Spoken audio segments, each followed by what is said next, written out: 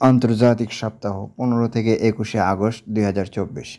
পাকিস্তানে বাড়ছে ইমরান খানের জনপ্রিয়তা। সাম্প্রতিক দিনগুলোতে পাকিস্তান জুড়ে ইন্টারনেটের গতি প্রায় স্থবির হয়ে গেছে, যা দেশটিতে তোলপাড় সৃষ্টি করেছে। অভিযোগ উঠেছে যে দেশটির সরকার ইন্টারনেটকে আরও ভালোভাবে নজরদারি ও নিয়ন্ত্রণ করতে গোপনে একটি নতুন প্রতিরোধক ও ফায়ারওয়াল ব্যবস্থা মোতায়েন করছে। পাকিস্তান সরকার এটি অস্বীকার করলেও দেশব্যাপী সফটওয়্যার সংস্থাগুলির প্রতিনিধিত্বকারী পাকিস্তান সফটওয়্যার হাউস অ্যাসোসিয়েশন একটি বিবৃতিতে দ্ব্যর্থহীনভাবে জাতীয় ফায়ারওয়ালের গুরুতর পরিণতির নিন্দা করেছে এবং সতর্ক করে বলেছে, এই বিঘ্নতার কারণে পাকিস্তানের অর্থনীতিতে প্রায় $30 কোটি ক্ষতি হতে পারে। ডিজিটাল গবেষক ও বিশ্লেষকরা পাকিস্তানের ডিজিটাল জগৎ নিয়ন্ত্রণ করতে কর্তৃপক্ষকে দ্বারা ইন্টারনেটের ধীরগতি সম্পর্কে সতর্ক করে বলেছেন, এটি দেশটিতে ইতিমধ্যে ভঙ্গুর গণতন্ত্র, বাক স্বাধীনতা ও নাগরিক স্বাধীনতাকে আরও হ্রাস করবে। ইসলামাবাদ ভিত্তিক ডিজিটাল অধিকার নজরদারি সংস্থা বলোডি উসামা খিলচির পরিচালক বলেছেন, নতুন ফায়ারওয়াল ব্যবস্থা কর্তৃপক্ষকে মোবাইল অ্যাপের নির্দিষ্ট উপাদান যেমন ভয়েস নোট, ফটো, ভিডিও, হোয়াটসঅ্যাপে টেক্সট বার্তা এবং ভয়েস কলের ব্যবহার করার সময় সেগুলোকে লক্ষ্যবস্তু করতে এবং ব্লক করতে সক্ষম করে তুলবে।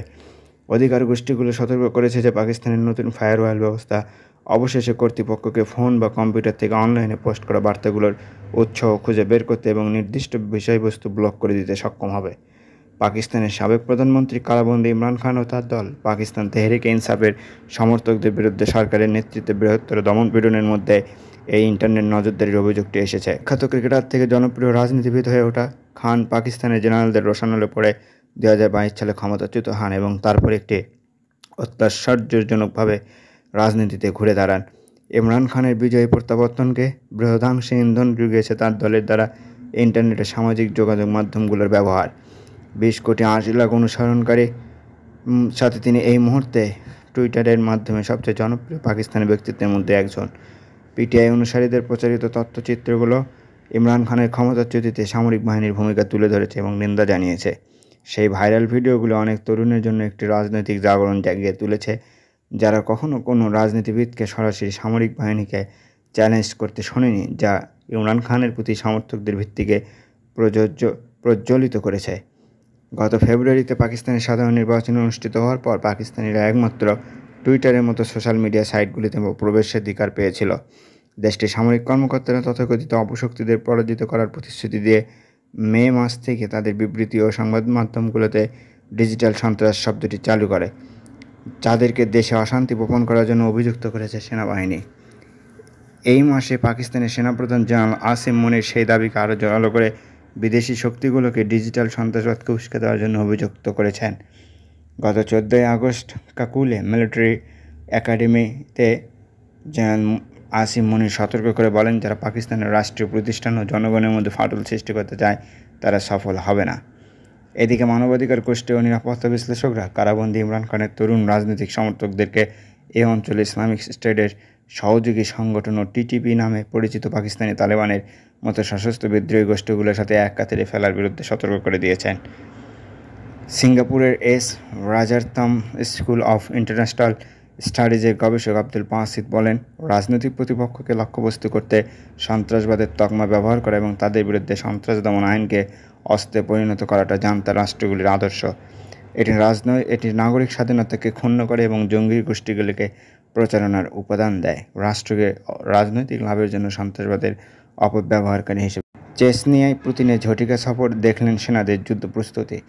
রাশিয়া ইউক্রেন যুদ্ধের মধ্যে হঠাৎ রাশিয়ার মুসলিম প্রধান প্রজাতন্ত্র চেচনিয়া সফর করেছেন রাশিয়ার প্রেসিডেন্ট পুতিন। গত মঙ্গলবার 20 আগস্ট চেচনিয়া সফরে যান রাশিয়ার প্রেসিডেন্ট ভ্লাদিমির পুতিন। সেই সময় তার সঙ্গে ছিলেন চেচেন নেতা রমজান কাদিরভ। দীর্ঘদিন পর পুতিনের এই ভ্রমণ গুরুত্বপূর্ণ হতে চলেছে বলে মনে করছেন বিশ্লেষকরা। প্রায় 13 বছর পর এই প্রথম উত্তর ককেশাস প্রজাতন্ত্রে গেলেন পুতিন। জানা গিয়েছে তার এই সফর পূর্ব ঘোষিত সূচিতে ছিল না।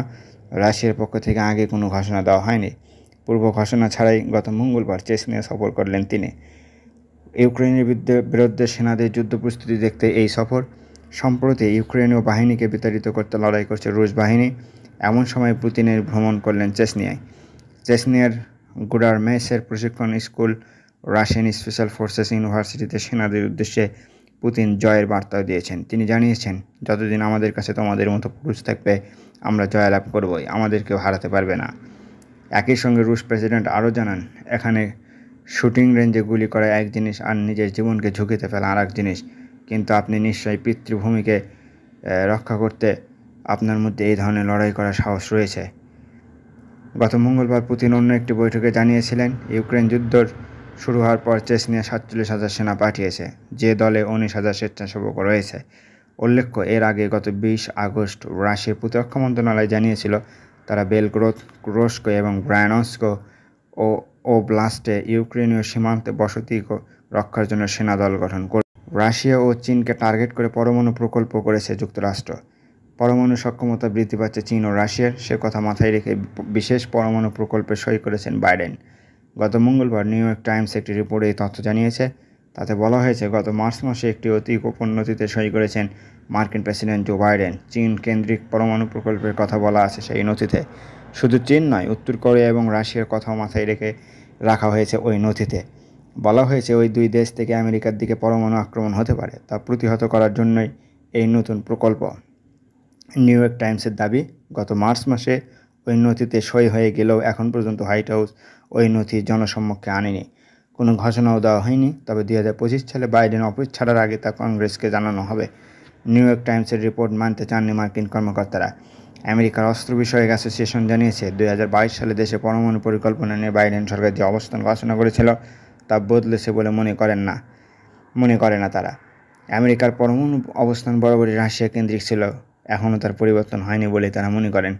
হোয়াইট হাউসের মুখপাত্র সিয়ান স্যাবেটকে নির্দিষ্ট করে নিউ ইয়র্ক টাইমসের প্রতিবেদনে প্রশ্ন করা হয়। তিনি জানান, গত 4টি সরকারের মতো এই সরকারও একটি পরমাণু গাইডেন্স এবং এমপ্লয়মেন্ট বিষয়ক নথি প্রকাশ করেছে।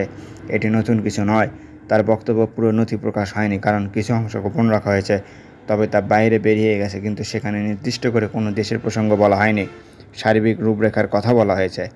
কর্মকর্তারা যাই বলুন, চীন নিয়ে যে আমেরিকা চিন্তিত তা এক কথায় মেনে নিচ্ছেন সমস্ত বিশেষজ্ঞরা। অস্ত্র বিষয়ক সংগঠনের এক্সিকিউটিভ ডিরেক্টর ড্যারিল কিম্বল বলেছেন, আমেরিকার ধারণা গত কয়েক বছরে চীন পরমাণু অস্ত্রের সংখ্যা বাড়িয়েছে। 2030 সালের মধ্যে তারা 500 থেকে 1000-এ নিয়ে যাবে। রাশিয়ার অস্ত্রাগারে প্রায় 4000 পরমাণু অস্ত্র আছে। এই কারণেই আমেরিকা পরমাণু প্রকল্পের অভিমুখ পরিবর্তন করতে চাইছে। মার্কিন প্রতিরক্ষা মন্ত্রণালয় ইতিমধ্যে একটি রিপোর্টে স্পষ্ট করেছে যে 2035 সাল পর্যন্ত চীন তাদের সামরিক শক্তি বাড়াবে। রাশিয়ার সঙ্গে তারা আরও বেশি সমন্বয় করে তৈরি করবে। লিথুয়ানিয়ায় সেনাঘাঁটি তৈরি করছে জার্মানি। এবার লিথুয়ানিয়ায় তৈরি হচ্ছে জার্মান সেনাঘাঁটি। দ্বিতীয় বিশ্বযুদ্ধের পরে এই প্রথম জার্মানির কোনো স্থায়ী সেনাঘাঁটি তৈরি হচ্ছে দেশের বাইরে। গত সোমবার জার্মানি এবং লিথুয়ানিয়ার কর্মকর্তারা আনুষ্ঠানিকভাবে এই সেনাঘাঁটির কথা ঘোষণা করেন। জানানো হয়, 2027 সালের মধ্যে এই ঘাঁটি তৈরির কাজ সম্পূর্ণ হবে। এরপর সেখানে যুদ্ধের জন্য প্রস্তুত 4000 জার্মান সেনা স্থায়ীভাবে থাকতে শুরু করবেন। উল্লেখ্য, যেখানে এই সেনাঘাঁটিটি তৈরি হচ্ছে তা বেলারুশ সীমান্তের কাছে। বেলারুশ রাশিয়ার বন্ধু, ফলে জার্মানির এই নতুন সেনাঘাঁটি নিয়ে বেলারুশ এবং রাশিয়ার আপত্তি জানাতে পারে বলে মনে করা হচ্ছে। জার্মানির কর্মকর্তারা জানিয়েছেন, ওই দেশে কোনো জায়গায় আরেকটি ছোট ঘাঁটি তৈরি করা হবে, সেখানে আরও 1000 জার্মান সেনা থাকতে পারবেন। ইউক্রেনে রাশিয়া আক্রমণ চালানোর পরেই লিথুয়ানিয়া সেনাঘাঁটি তৈরির পরিকল্পনা করেছিল জার্মানি। ঠিক হয়েছিল ন্যাটো এবং ইউরোপীয় ইউনিয়নের অন্তর্ভুক্ত কোনো দেশে জার্মানি সেনাঘাঁটি তৈরি করবে, কারণ রাশিয়া পুরনো সোভিয়েত দেশগুলির উপর হামলা চালাতে বলে আশঙ্কা করা হয়েছিল। লিথুয়ানিয়ার রাজধানী ভিলনিয়াস থেকে সামান্য দূরে রুডনিনকায়ে এই সেনাঘাঁটি তৈরি হচ্ছে, আর বেলারুশের সীমান্ত থেকে এই ঘাঁটির দূরত্ব মাত্র 20 কিলোমিটার। এই দিনের অনুষ্ঠানে বেলারুশের প্রধানমন্ত্রী ইনগ্রিড সিমোনাইট বলেছেন, আমরা সুরক্ষিত না থাকলে কেউ সুরক্ষিত নন। সমাজ মাধ্যমে একটি পোস্ট করেছেন তিনি, যেখানে বলেছেন, অন্যকে হুমকি দেওয়ার জন্য নয়, নিজেদের সুরক্ষিত রাখতে এই সেনাঘাঁটি তৈরি করা হচ্ছে। সম্প্রতি চলতি বছরে মানুষের ট্যাক্স বাড়িয়ে লিথুয়ানিয়া প্রতিরক্ষা বাজেট বাড়িয়েছে। মোট জিডিপির প্রায় 3% প্রতিরক্ষা খাতে বাড়ানো হয়েছে। লিথুয়ানিয়ার সেনাপ্রধান সংবাদ মাধ্যমকে জানিয়েছে, জার্মানির এই সেনাঘাঁটি তৈরি করতে 1 বিলিয়ন ইউরো খরচ করা হচ্ছে। লিথুয়ানিয়ার ইতিহাসে যা সবচেয়ে খরচ সাপেক্ষ কোনো কাঠামো। এখন পর্যন্ত এই ঘাঁটি তৈরি করার জন্য লিথুয়ানিয়াকে 1/5 অর্থ দিয়েছে জার্মানি। এই বছরের শেষে আরও অর্থ দেওয়া হবে বলেও জানিয়েছে তারা। তবে আশঙ্কা করা হচ্ছে, নির্দিষ্ট সময়ের মধ্যে প্রকল্পটি শেষ করা যাবে না। জার্মানির প্রতিরক্ষা বাজেটও বাড়ানো হবে বলে পার্লামেন্টে আলোচনা হয়েছিল। ঠিক হয়েছিল 2.9 বিলিয়ন ইউরো প্রতিরক্ষা বাজেট বাড়ানো হবে। 100টি 2A8 লিওপার্ড ট্যাঙ্ক কেনা হবে বলে জানানো হয়েছিল। যার অনেকগুলি লিথুয়ানিয়ায় পাঠানো হবে বলে জানানো হয়েছিল। ডোমিনিকার প্রেসিডেন্ট হিসেবে শপথ নিয়েছেন আবিনাদার। ডোমিনিকান পুনর্নির্বাচিত প্রেসিডেন্ট লুইস আবিনাদার গত শুক্রবার রাজধানী সান্তো ডোমিঙ্গোতে তার দ্বিতীয় মেয়াদের জন্য শপথ গ্রহণ করেছেন। উদ্বোধনী অনুষ্ঠানটি গত শুক্রবার দুপুরে সান্তো ডোমিঙ্গোর এডুয়ার্ডো ব্রিটো ন্যাশনাল থিয়েটারে অনুষ্ঠিত হয়। অনুষ্ঠানে শপথ নেন আবিনাদার। আবিনাদার পরে বক্তৃতায় প্রতিশ্রুতি দিয়ে বলেছেন যে নতুন সরকার দৃঢ়ভাবে দুর্নীতি প্রতিরোধ করবে, সামাজিক ন্যায্যতাকে উন্নীত করবে এবং ডোমিনিকার সকল মানুষের জীবনমান উন্নত করবে। ডোমিনিকায় গত 19 মে প্রেসিডেন্ট নির্বাচন অনুষ্ঠিত হয়। এতে মোট 9 জন প্রার্থী প্রতিদ্বন্দ্বিতা করেন। ডোমিনিকান নির্বাচন কমিশন 24 তারিখে নিশ্চিত করেছে যে লুইস আবিনাদার নির্বাচনে সংখ্যাগরিষ্ঠতা পেয়ে জয়ী হয়েছেন। তার কার্যমেয়াদ এই বছরের 16 আগস্ট থেকে 2028 সাল পর্যন্ত। আবিনাদার 1966 সালে সান্টো ডোমিঙ্গোতে জন্মগ্রহণ করেন। 2020 সালে তিনি আধুনিক বিপ্লবী পার্টির প্রধান প্রার্থী হিসেবে প্রেসিডেন্ট পদে প্রতিদ্বন্দ্বিতা করে জয়ী হন। ইয়েমেনে বন্যায় 1.5 লক্ষাধিক মানুষ ক্ষতিগ্রস্ত। চলতি মাসে ইয়েমেনের বিভিন্ন স্থানে বন্যায় 1,80,000 বেশি মানুষ কম বেশি ক্ষতিগ্রস্ত হয়েছে। জাতিসংঘে গত বৃহস্পতিবার প্রকাশিত এক প্রতিবেদনে এই তথ্য জানানো হয়। প্রতিবেদনে বলা হয়, ইয়েমেনে ভারী বৃষ্টি 5 সেপ্টেম্বর থেকে অব্যাহত থাকবে, ফলে বন্যা পরিস্থিতির অবনতি ঘটতে পারে। এই অবস্থায় দুর্যোগ মোকাবেলায় জরুরি ভিত্তিতে $49 লাখ প্রয়োজন। ভারী বর্ষণ ও বন্যা ও যুদ্ধ বিধ্বস্ত ও দারিদ্র্যপীড়িত ইয়েমেনি জনগণের দুর্ভোগকে আরও তীব্র করে তুলেছে। ইয়েমেনে ইউনেস্কোর প্রতিনিধি বলেন, বন্যা কবলিত এলাকায় পরিস্থিতি খুবই গুরুতর এবং সেখানে ত্রাণের অভাব রয়েছে।